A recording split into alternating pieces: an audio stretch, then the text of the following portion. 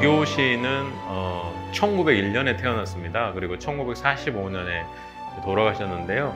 그 시대는 이제 조선이 망하고 일제 강점기가 펼쳐지는 그런 시대잖아요. 그리고 45년은 이제 광복이 되는 시대인데, 김교신의 삶을 관통하는 건 주제는 그거죠. 망한 조선, 그리고 이민족의 어떤 지배, 그런 속에서 조선인의 정체성을 지켜가면서 살아가는 그런 삶인데요. 그 시대가 이제 만만치 않았습니다. 왜냐하면 일제 시대지 않습니까? 일제 시대 속에서 조선인의 어떤 정체성을 지켜가면서, 그리고 일제의 지배에 동화되지 않으면서도 현실 조선인으로서 또 살아가야 됐던 그런 시대이기 때문에 이제 굉장히 어려운 시대였는데요.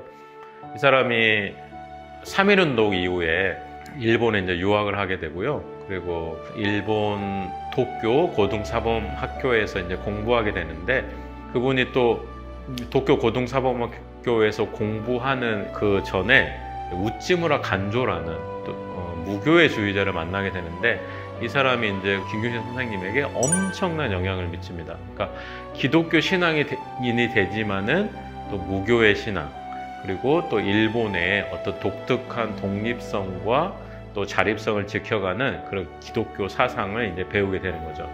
근데 이제 김교신 선생님이 이제 존경을 받는 이유는 뭐냐면요.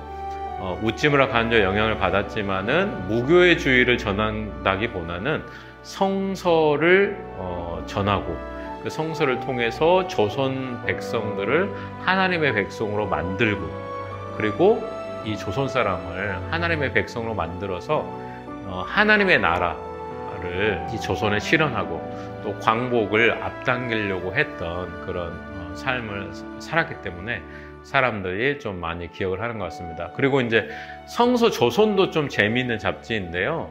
이 성서 조선이라는 것은 이제 성서와 조선인데, 김교신의 사상이 이 성서 조선이라는 거에 잡지명에 완전히 명확하게 드러나는데요. 김교신의 삶의 어떤 모든 초점은 성서로 조선을 다시 일으키려고 했습니다. 그래서 성서로 조선인을 하나님의 백성으로 만들어서 하나님의 때를 앞당기고, 그 다음에 조선의 독립도 하나님의 섭리 안에서 이렇게 앞당기려고 했던 사람이 바로 김교신이었던 거죠. 그렇게 얘기할 수 있을 것 같습니다.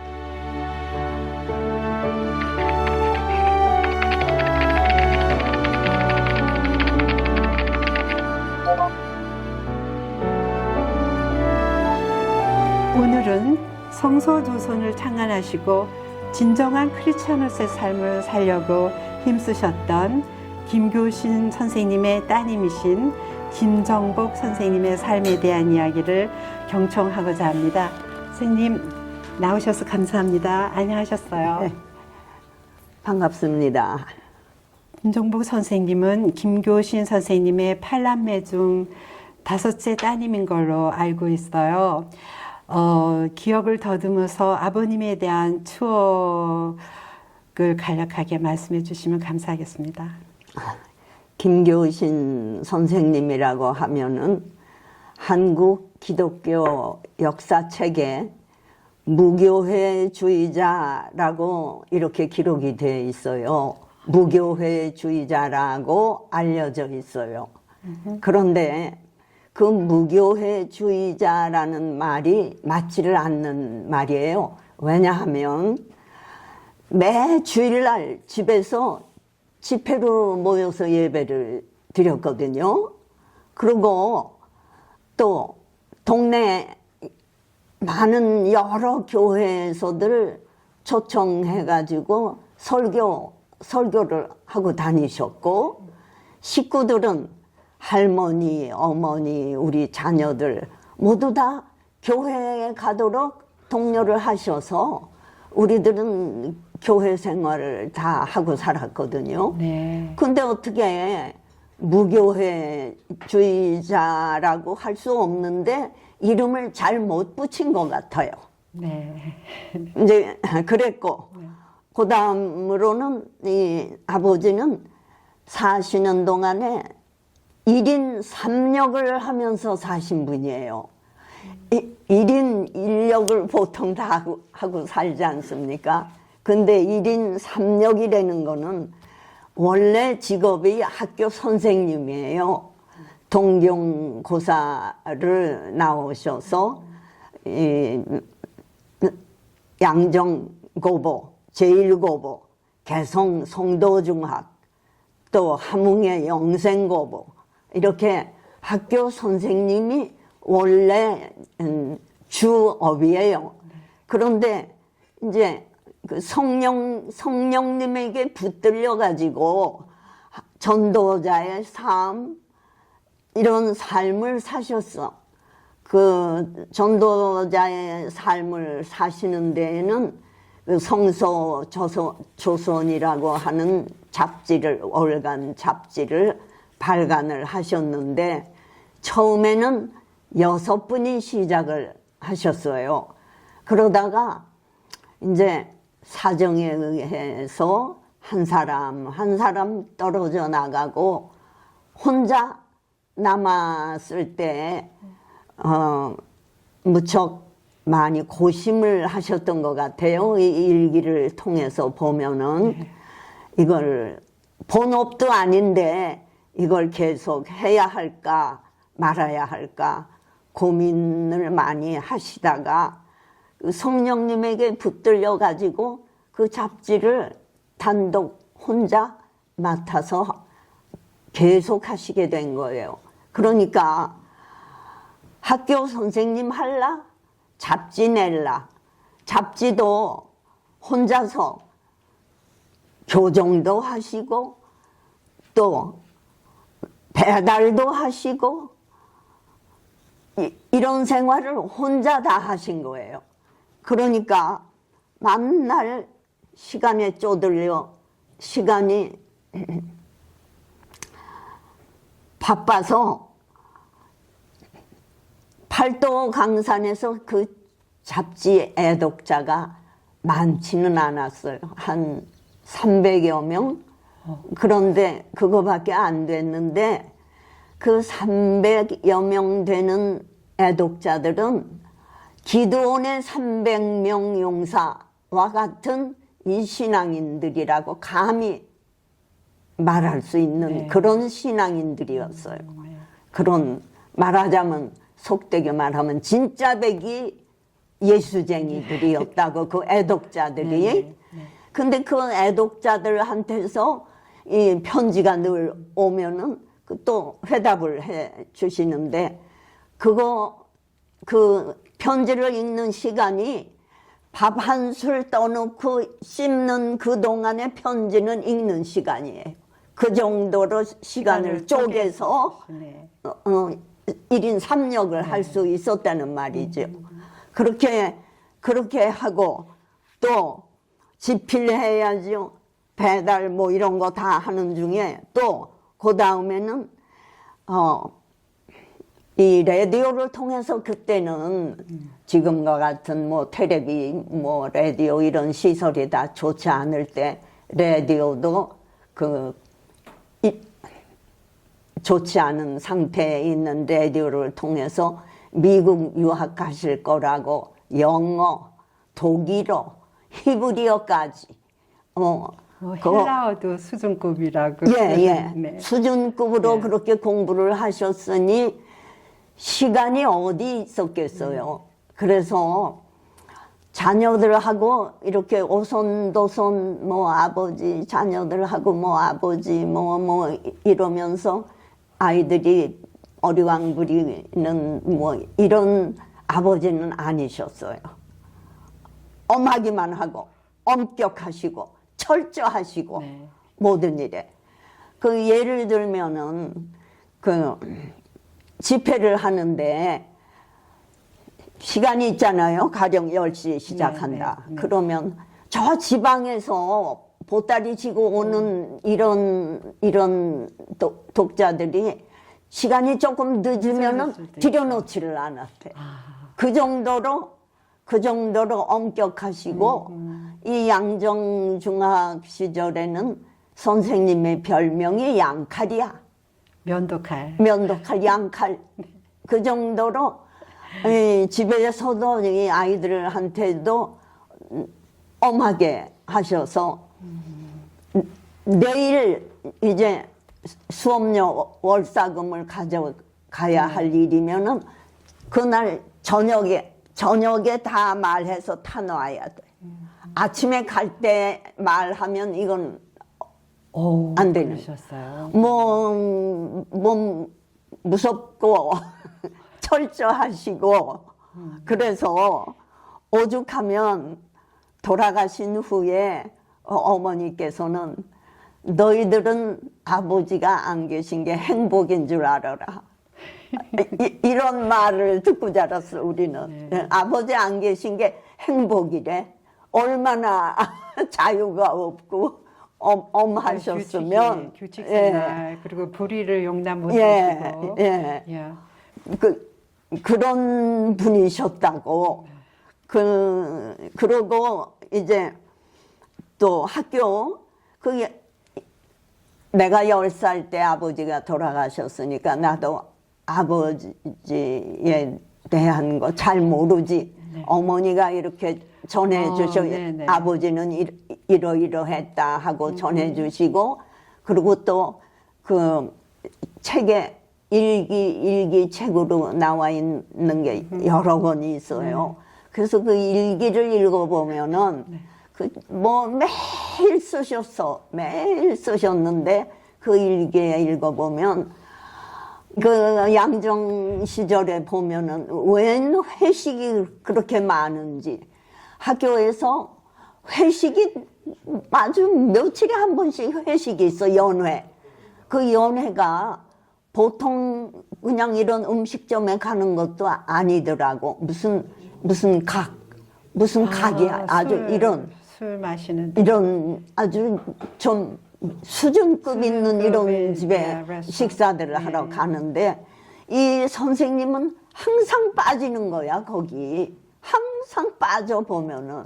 왜냐하면 시간이 없어. 그런 데 가서 노닥거리고 시간을 보낼 시간을 없는 거야. 절약하기 위해서 가서 하셨군요. 잡지 만들고 교정하고 뭐 해야 되잖아. 붙이고 또 우송 배달까지 다 자기가 하니까. 그래서 항상 이제 그런 연애에도 빠지고 이러다 보니까 이 동경고사 출신이라고 하면은 그 당시에는 적어도 교감을 지나고 교장 선생까지 돼야 하는 거야. 우리 아버지께서는 젊으셨을 때는 이렇게 신앙심이 이렇게 깊이 들어가기 전에는 자녀들의 교육에 대해서도 신경을 많이 쓰셔서 네. 아이들 학교 진명고녀 뭐 언니들이 네. 다닐 때 이런 땐 불쑥 학급 뒤에 나타나셔가지고 그 참관도 하시고 이렇게 네. 관여를 자녀 교육에 관심이 굉장히 관심이 많이 깊으셨어요. 계셨는데 이제 점점 이 잡지에 신경을 쓰시고 잡지를 하다 보니까 성경도 많이 읽고 기도도 많이 하고 이렇게 되니까 점점 깊이 들어가는 거잖아요. 네. 이 믿음 생활에. 네. 그렇게 깊이 들어가시면서 자녀 교육에 등한했다고 할까? 세상을 달관하셔서 그런 것 같아요. 왜냐하면 해화국민학교 다니는 딸을 우리 셋째 언니 정혜 언니인데 미아리 숭인국민학교라는 건 미아리는 옛날에 서울도 아니에요. 경기도지. 그런 시골 학군이 정릉이 집이니까 학군이 거기에요. 미아리. 네. 거기 학교로 전학을 시킨 거야. 전학을 시키니까 거기 국민학교 졸업하고 공부를 잘해서 이제 경기고녀를 시험 쳤는데 네. 이름도 모르는 국민학교에 아버진 김교신 선생님은 창씨 개명도 안 하신 거야. 창씨 개명도 안 하신 이런 가정의 아이는 뭐 영락없이 떨어졌지. 그 당시에. 떨어지니까 이 언니가 우리 팔남매 중에 제일 잘났다고 똑똑하다고 아버지께서 별명을 요셉이라고 짓고 아주 우리 집안에서는 호프였어. 그 언니가. 요셉. 그래서 미국도 제일 먼저 와가지고 우리 형제들을 다 다 초청하고 초청하시고. 이런 언니인데 경기고녀를 떨어져서 아버지 때문에 경기고녀를 못 들어갔다고 해가지고 95세 지금 한 2달 전에 돌아가셨어요. 여기 LA에서 한 2달 전에 돌아가셨. 95세 죽을 때까지 아버지 원망했어. 이 딸은 경기고녀 못 들어가. 아버지 때문에 경기고녀 못 들어갔다고. 그랬는데 이제 아버지 돌아가신 다음에 과부된 우리 어머니는 교육도 많이 안 받으신 분이야. 도남동에 친구 집에 기류계를 옮겨가지고 내 밑에 둘, 정민이, 정혜, 둘은 도남국민학교에 넣었어. 그랬더니 내 밑에 남동생 정민이는 경기중학에 입학이 됐고 막냉이 정혜는 남정자 씨하고 사대부고 동기동창, 사대부고 특차로 특차 경기고녀 쳐도 될 걸 특차로 사대부고 쳤더니 또 됐어. 과부 어머니는 믿음이 그렇게 아버지 같진 않지. 그러니까 아버님을 안 닮으셨네요. 세상적으로 이제 가신 거지. 그래서 좋은 학교들 들어가고, 이 믿음 좋다는 아버지는 해화국민학교에서 저 시골 미아리 숭인학교에 넣어가지고 경기고녀를 떨어뜨리고 이랬다. 네. 이런 이제 사실도 있어요. 아버님은 11년간 지리 선생님으로 계실 때도 마지막까지 조선어를 사용하셨대요. 네. 그 정도로 애국자이시고. 그러니까 항상 일본 형사가 뒤를 쫓았고, 쫓아다니셨게 돼요. 이 잡지를 써도 그 총독부에서 검열을 받아야 돼. 검열을 받아서 뺄 거 삭제할 거 삭제하고 네. 이런 식으로 잡지를 내셨다고. 어쨌든 추록하신 다음에도 서대문 형무소에서 추록하신 다음에도 얼마든지 더 좋은 학교에서 서울 이쪽에서 교사직을 맡으실 수 있는데 우리 민중을 사랑하는 마음이 있으셔서 그 함흥 거기까지 가서 거기 어려운 우리 동족들을 도와주셨던 것 같아요. 네. 예. 그 정도로 굉장히 민족을 사랑하시고 그리고 또 성서를 사랑하시고 애족을 맞습니다. 하는 그렇게 사셨는데 나도 뭐 감히 아버지의 뭐 뒷다리도 뭐 못 쫓아가지만 그 혈통이라는 거는 어쩔 수 없는 거야. 애족하는. 네. 나도 지금 대한민국 사우스 코리아 얼마나 사랑하는지 몰라. 나 지금 대한민국에 이 정세가 좀 혼탁하고 이래서 내 기분도 안 좋고 즐거운 마음이 없어요. 네. 예, 나라에 대한 걱정에. 난 거기 이제라도 내가 나가서 나도 그 데모 하는데 합류해서 나도 으쌰 데모도 하고 내 정신은 그래. 네, 내가 독립투사. 젊었다면은. 예. 김 선생님은 1959년도에 서울대학교 사범대학 국문과를 졸업하시고 1965년도에 이경철 전 국동방송국 북가주 지사님과 결혼하셨잖아요. 근데 결혼 생활과 그리고 선생님의 생애에 대해서 좀 듣고 싶습니다. 이경철님은 네. 단동, 지금의 단동 중국 땅이죠. 거기서 출생을 하셔서 17년 동안 17살까지 거기서 사셨어요. 네.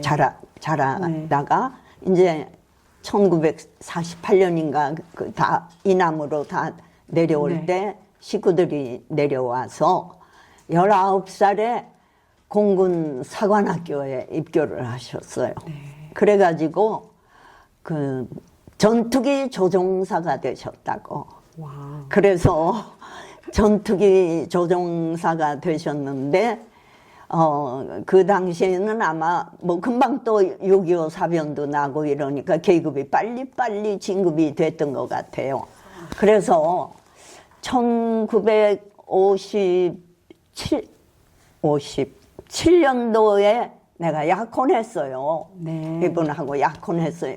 그분이 소령 때인데 약혼하자마자 금방 결혼하려고 했는데 미국을 가시게 되더라.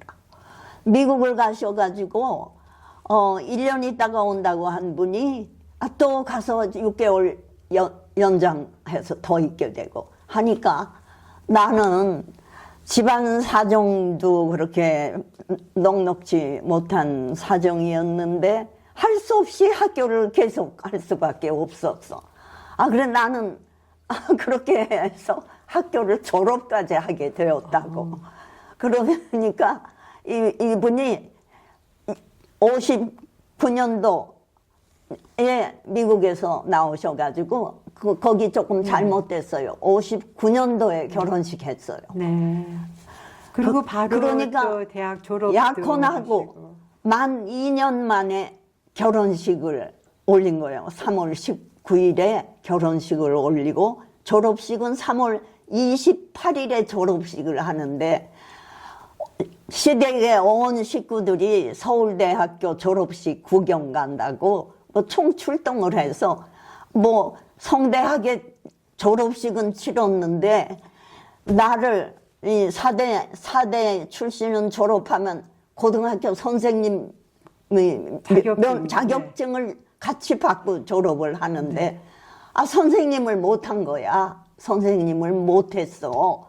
왜냐하면 막 그때는 이제 결혼식하고 수원 비행단에 부임을 하셔서 수원에 가서 사니까 수원고녀 같은 데에 국어 선생님으로 취직을 하면 좋았는데 우리 시어머니께서 뭐라는 거 하니 여자가 나서서 뭘 하면 남자 하는 일이 안 된대 이러면서 못하게 해. 그래서 그렇게 어렵게 다닌 학교에 취직해서 첫 월급 타면 어머니한테 뭐 내복 선물 한다는 게 뭐 알려진 그걸 못했어. 그래서 그걸 못해서 내가 일생 그게 한이 돼. 그게 한이 돼. 이런 우리 결혼 생활을 했는데 이렇게 해서 결혼식 때는 또 중령이 돼가지고 결혼식을 한 거야.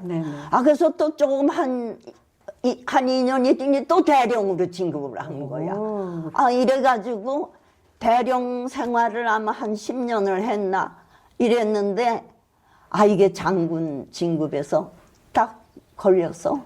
딱 진급이 안 됐어. 그러니까 어떻게 난 참 대한민국이 싫었어. 우리 허스밴이 정말 공군을 사랑하고 대한민국을 사랑하고 이런 분을 대한민국에서 쓸데없다고 한 거잖아. 그런 대접을 받은 거에 아주 분개했어.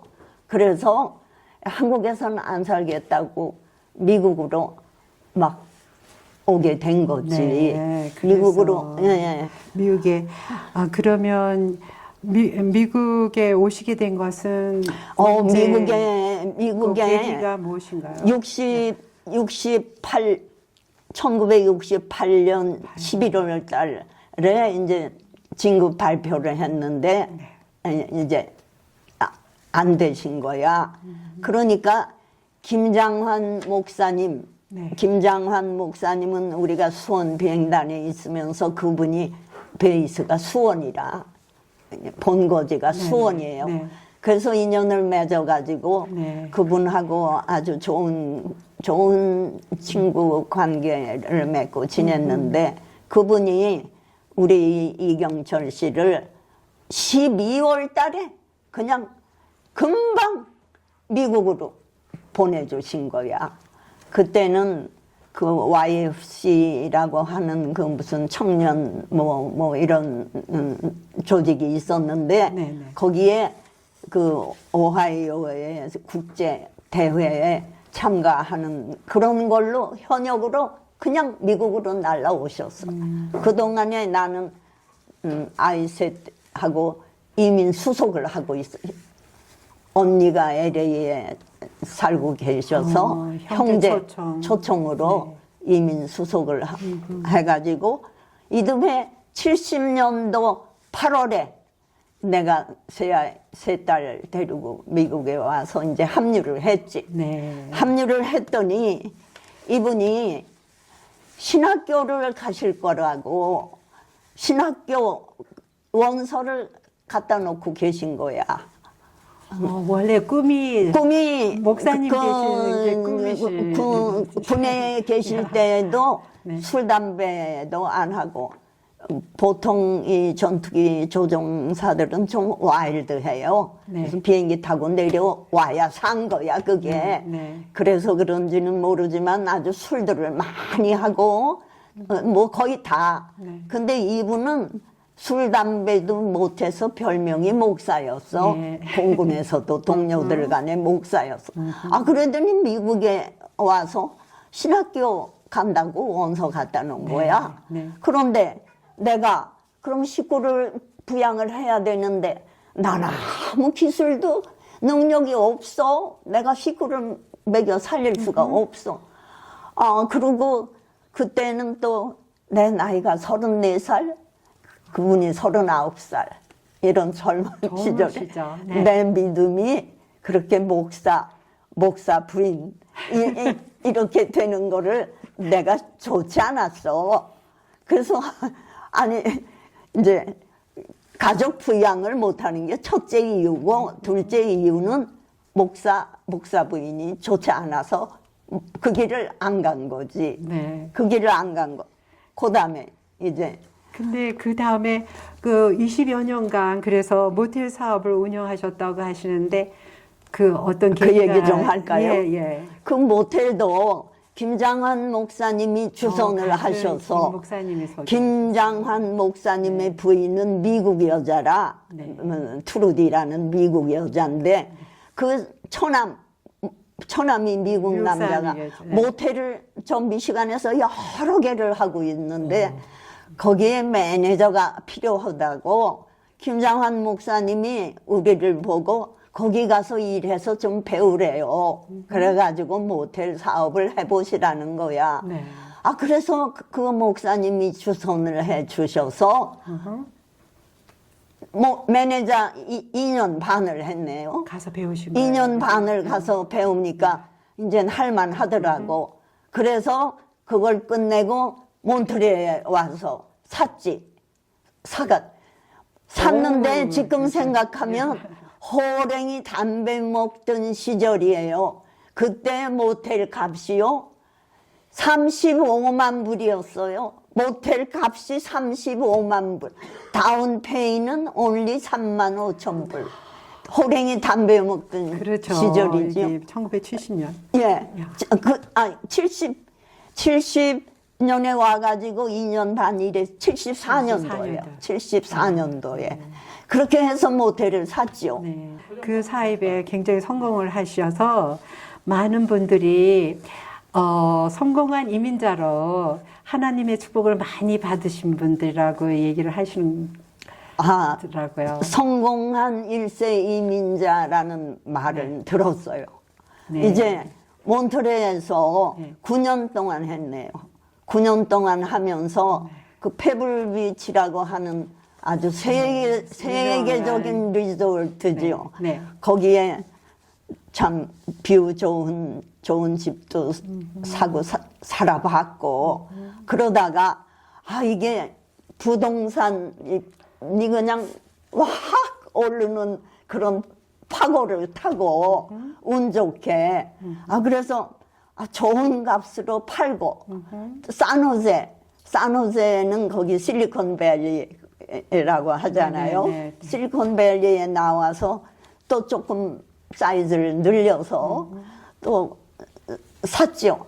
그래서 몬트리올에서 할 때는 순 여행자를 100% 여행자 상대하는 모델이었고, 여기 산호제는 100% 비즈니스 피플 상대하는. 그랬는데 한 4, 5년 지나더니 그 부동산 오르는 파고가 또 온 거야. 네.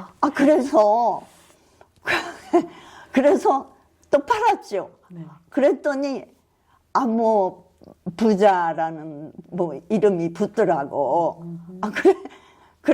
그랬는데 이제 그곳에 또 로스알토스 힐이라고 하는 아주 그것도 뭐 그 지역에서는 아주 알아주는 네. 이런 지역에 네. 또 집을 사서 살았는데 예, 예.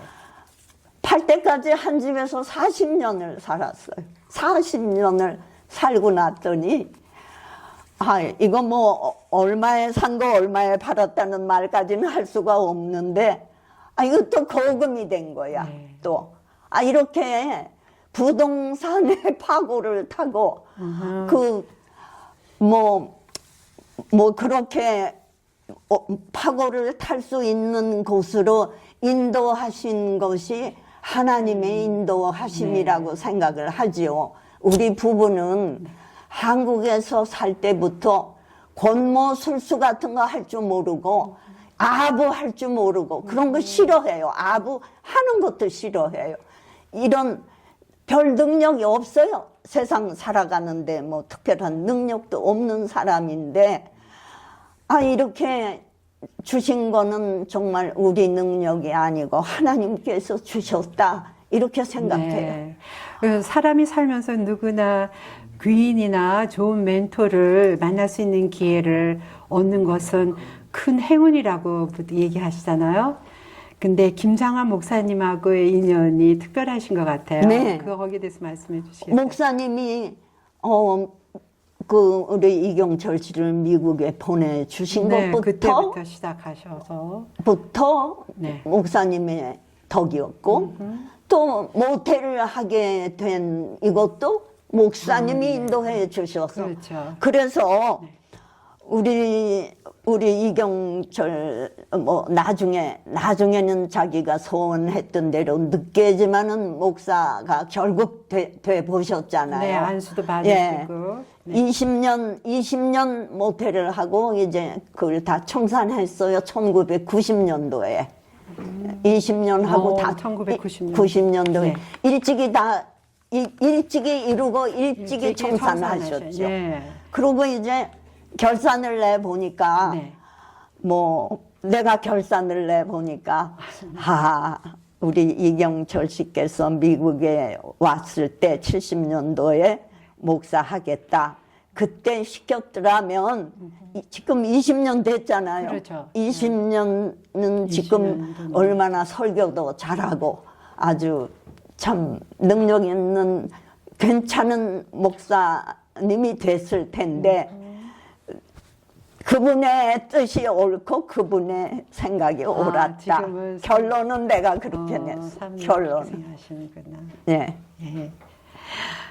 그러니까 성경 말씀에도 부를 추구하지 말고 명예를 추구하라고 그랬어. 성경 말씀에도 있어. 네. 그래 나는 모텔 하면서 돈은 좀 정말 달러라는 거를 한국에서 장군이 되었다면 그렇게 풍족하게 살아봤을까 싶을 정도야. 우리 한국에 나가서 우리 친구 투스타 장군 출신 동기생들 부인들 만나서 돌아가면 그렇게 풍족하게 못 되더라고. 투스타 되고 참모총장하고 나오고 그래도 어쨌든 미국에 와서 참 아메리칸 드림을 이루셨어요. 이루었다고 할 수 있겠어요. 그리고 우리 선생님께서도 미국 북가주 한국일보의 고정 칼럼니스트로 활약하신 걸로 알고 있어요. 그거 좀 썼었어요. 그걸 썼었고 그걸 계속하지 않은 거는 글 쓰려면은 그냥 뭐 이렇게 아무렇게나 쓰면 안 되고 뭔가 그래도 사람들이 뭘 얻는 게 있는 거를 써야 교육적인. 하니까 그 라이브러리에 가서 책도 읽고 그 자료를 좀 해가지고 써야 되겠더라고. 그 몇 번 그렇게 썼거든. 네. 그거 하기가 싫어. 그 골치 아파. 그래서 계속 안 했는데 내가 그래도 4대 국문과 출신으로서 엘리트시잖아요. 내가 죽기 전에 그 에세이 작은 책 한 권이라도 집필을 해야 되지 않을까 하는 그 숙제가 남아 있어요. 네, that's a very good idea. 네. 그러시면 현재 지금 은퇴자 마을이나 라구나우스에 정착하시게 된 동기나 삶에 대해서 말씀해 네. 주시겠어요? 우리 박한 양반 살아 계실 때에도 네. 내 동생이 여기 살고 있기 때문에 라구나우드에 네. 한 두어 번 방문을 했었어요. 예. 그래서 와서 보니까 참 좋더라고. 네. 참 좋아, 노인들 살기에. 네, 네. 그래서 오려고 좀 노력을 해 봤는데 그때 좀 무슨 그렇게 쉽지 않더라고. 네. 그래서 못 오고 이분이 돌아가신 2023년도 6월에 92세로 돌아가셨어요. 오, 뭐 당선이죠. 얼마 안 됐지. 예. 돌아가신 지가 얼마 예. 돌아가신 다음에 이제 내가 동생이 여기 있는데 오기로 작정을 해서 왔죠. 네. 그리고 저기 부은께서는 대한민국을 사랑한 애국자셨잖아요. 네. 근데 23년 6월 4일 날 운명하셨는데 동작동 국군묘지 안에 충원당에 네, 네. 안치하셨다고. 네. 그런데 굉장히 이분이 좋은 소식이 우리는 나왔어요. 그 북가주 산호제 지역에 네. 그 게이트 오브 헤븐이라고 하는 곳에 묘자리도 두 자리 다 사놓고 있어요. 그랬는데 이분이 자기는 대한민국 한국 가서 땅에 묻히고 국군 묘지에 묻히고 싶대요. 네. 그래서 그냥 거의 이제 운명하실 것 같이 한 수개월 못 갈 것 같은 이런 건강 상태 때에 부랴부랴 서둘러서 들어가셨어요. 나갔죠. 네. 한국에 네. 가서 갔는데 한 수개월밖에 못 살 줄 알았는데 거기 제일 장녀 큰 딸이 한국에 살고 있어요. 사위랑. 근데 그 딸이 아버지한테 너무 극진히 참 잘 대접하고 잘 해드리고 잘 해줘서 그런지 마음이 기뻐서 그런지 어쩐지 2년 2개월을 살고 돌아가셨어요. 네. 그래서 그 보훈병원에 한 달가량 입원해 계셨는데 거기서 운명하셨고 병원에서 그 보훈처에서 다 그 장례 절차 모든 거 다 도와줘서 아주 순조롭게 다 장례를 잘 치르고 네. 그 충원당이라는 데가 제1충원당이 다 꽉 차서 제2충원당을 또 지었더라고. 네. 그래서 제2충원당에 잘 모셔놨어요. 그런데 한국에는 아주 놀라웠던 게 그 화장터. 옛날에는 화장터라 하면은 조금 을씨년스럽고 좀 이랬는데, 양재동에 새로 지은 화장터, 얼마나 아주 낙원같이 주변이요. 꽃, 나무 이런 게 낙원이에요. 낙원같이 꾸며 놓았고, 뭐 동작동 국군묘지도 아름다운 거 말할 수 없고, 참 좋은 곳에 잘 들어앉아 계세요. 나도 글로 갈 거예요. 네. 네. 오늘 이렇게 귀한 시간 내주시고 귀한 말씀 주셔서 감사합니다. 평생 성서와 조선을 사랑한 우리의 스승 김교신님은 시대를 간통하여 오늘날 비전이나 소명에 대하여 고민하는 21세기의 크리스찬에게도 큰 영감을 불러일으키십니다.